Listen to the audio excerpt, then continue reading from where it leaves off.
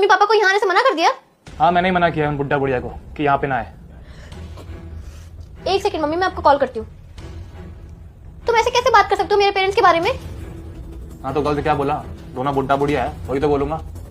Sachin please have some respect. वो मेरे mummy papa है जिनके बारे में तुम अभी बात कर रहे हो, ठीक है? और तुमने उन्हें मना क्यों करा यहाँ आने के लिए? क्यों ना मना करूँ भाई, ये मेरा घर है। और पहले मुझे लगा कि हमसे बस मिलने के लिए आ रहे हैं, कुछ दिन के लिए, बस चाय पानी पीने के लिए।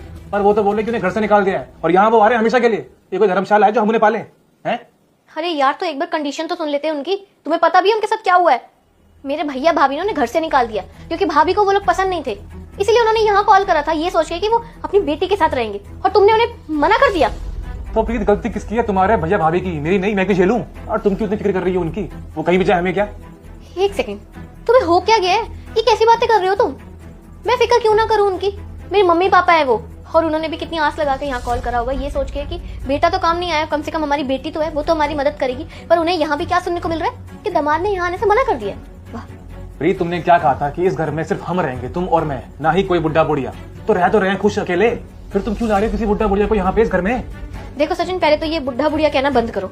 मम्मी पापा है वो मेरे, और तुम्हारे भी। और तुम खुद देखो ना कि वो लोग कितनी मुसीबत में है, कितनी परेशानी में है। अब अगर मैं उनके काम नहीं आऊंगी तो कौन आएगा?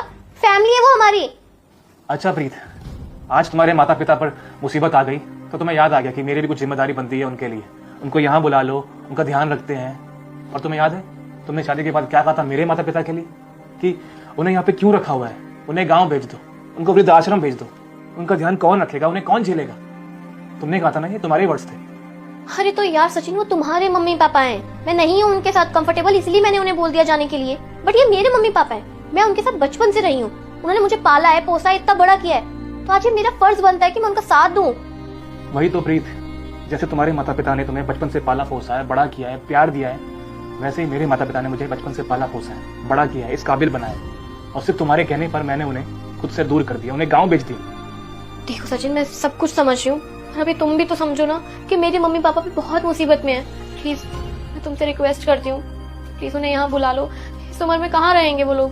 प्लीज सचिन। प्रीत, तुमसे मैंने भी ऐसी रिक्वेस्ट की थी कि मेरे माता पिता को गांव मत भेजो, उन्हें मुझसे दूर मत करो, पर तुमने मेरी एक भी नहीं मानी।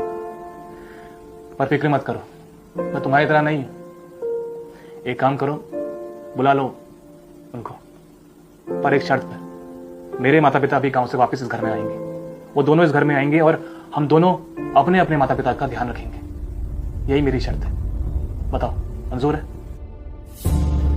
ठीक है।